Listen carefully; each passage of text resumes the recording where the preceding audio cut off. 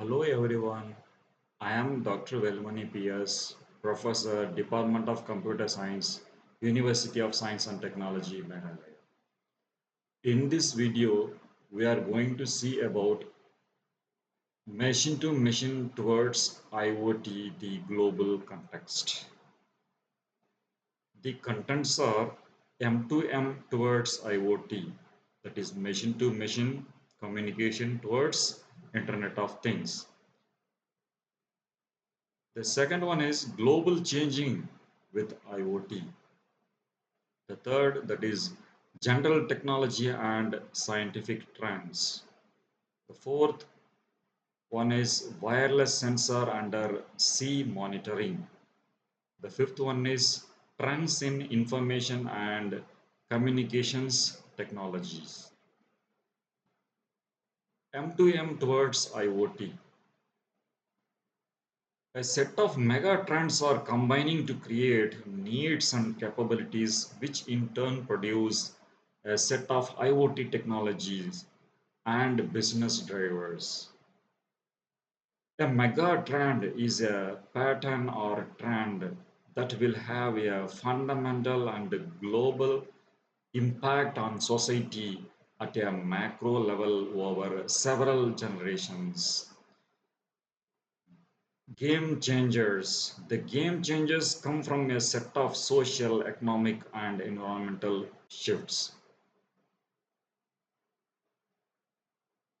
So, the global changing with IoT. So, the various constraints, various areas, how it can be happening. The world is becoming the IoT trends in various sectors and various environments. Number one is natural resource constraints. The IoT is used to increase the yield, improve productivity, and decrease loss across globe supply chains. That is, distribution is therefore escalating. Economic shifts. The overall economy is in a state of flux as it moves from the post-industrial era to a digital economy. As technology becomes increasingly embedded and more tasks automated, countries needs to manage this shift and ensure that M2M and IoT also create new jobs and industries. So the new job opportunities also is going to be happen with this new technology IoT. Changing demographics. Many countries need and also it deals with an aging population without increasing economic expenditure. As a result, IoT will need to be used, for example, to help provide assistance, living and reduce cost in healthcare and emerging well-care systems. So to develop the well-care system in the demographics and there is a need of IoT implementation in this throughout the world. Socio-economic expectation. So the lifestyle and convenience will be increasingly enabled by the technology as the same disruption and efficiency practices evident in industries will be applied within people lives and homes as well. So socially this is also creating an impact of using the IoT technologies. Climate change and environmental impacts. Technology, including IoT, will need to be applied aggressively, reduce the impact of human activity on the Earth systems. Then the safety and security. Public safety and national security becomes more urgent as social becomes more advanced, but also more vulnerable.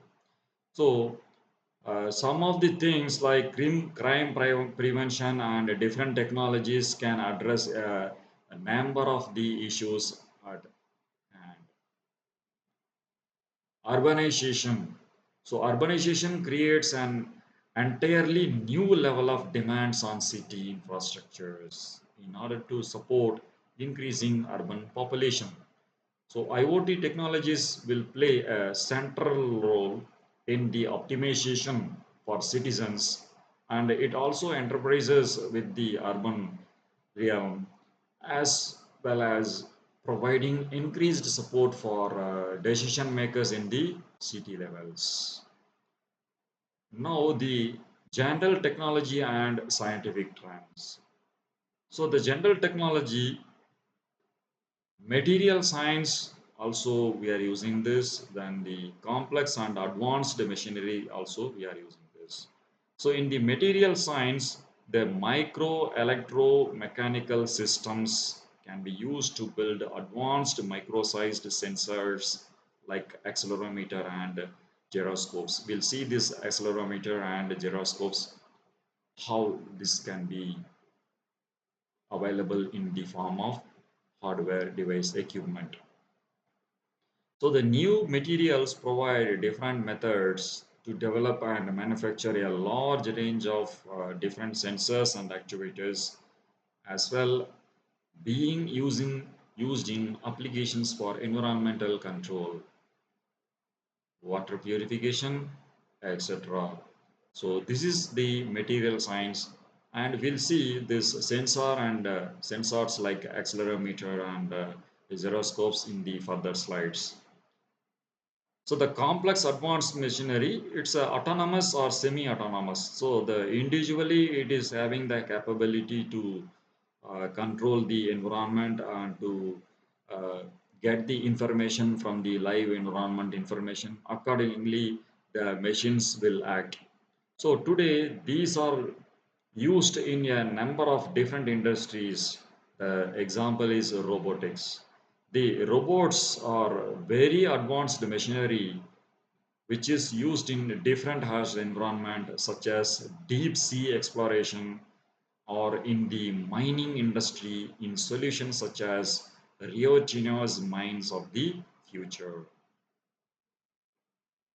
So now the accelerometer and gyroscopes. So how this is, so this particular device is the accelerometer is a kind of sensor tool that measures the acceleration of any body or object in its instantaneous rest frame. It is not a coordinate acceleration actually. So the x, y, z, so three coordinates will be there. See the roll, which is going to one single roll, which is going to be rotated in the x axis, title right or left. So right or left, if it is right or left, that can be a single rotation. The pitch, the rotation on y-axis tiled up or down, that is in y-axis. So the x-axis, that is right or left rotation. This is rotation on y-axis, that is for a pitch. Then the rotation on the z-axis, that is accelerometer, cannot measure. Yeah. So this is the consideration which we can see to it in the accelerometer. Then the gyroscopes, how this can be, and the this particular device sends angular velocity, which is the change in rotational angle per unit of time. This angular velocity is generally expressed in degree per second. So again, the y plus, then the x plus and z plus. The rotations, based upon the rotations, the velocity will be calculated. And also it is measured in degree per second. So in this figure, wireless sensor under sea monitoring. So the sensor is going to monitor under the sea. So now let us take the from the bottom area sensor node. From the sensor node, the observation of the bottom of the sea to the sink node. The information will be passed to the sink node, that is the nearest one. So from the sink node, it is going to connect with the gateway. Again, we can have the several sensors, and also it takes place the movement by the ballast tank, like in such a fashion. So this can be bidirectional. This from this sensor node, the wireless power transmission can be happened.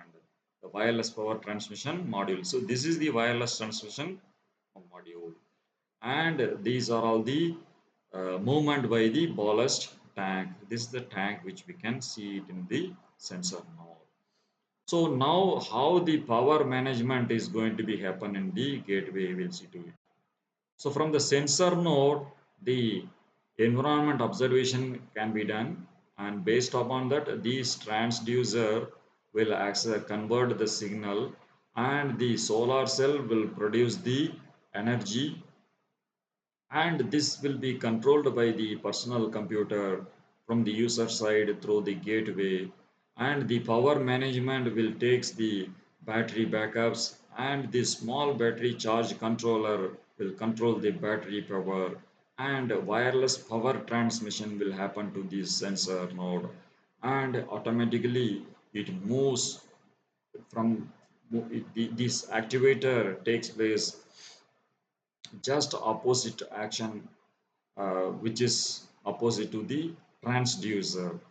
The process will be performed, and the bidirectional action can be done. And with this, the power management will be properly handled by the user in the personal computer.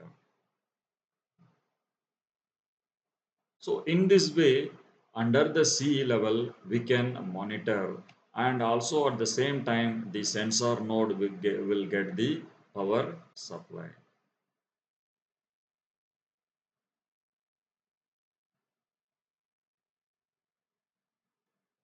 Now the forest mapping robots. So these in these robots, how the forest can be mapped. Let us have a look on this. So this particular round which we are marking here, that is environmental perception, which is having a depth camera and a laser sensor and a lidar, which is light detection ranging. So light detection and ranging, by using the depth camera, the laser sensor will be used in this particular cameras.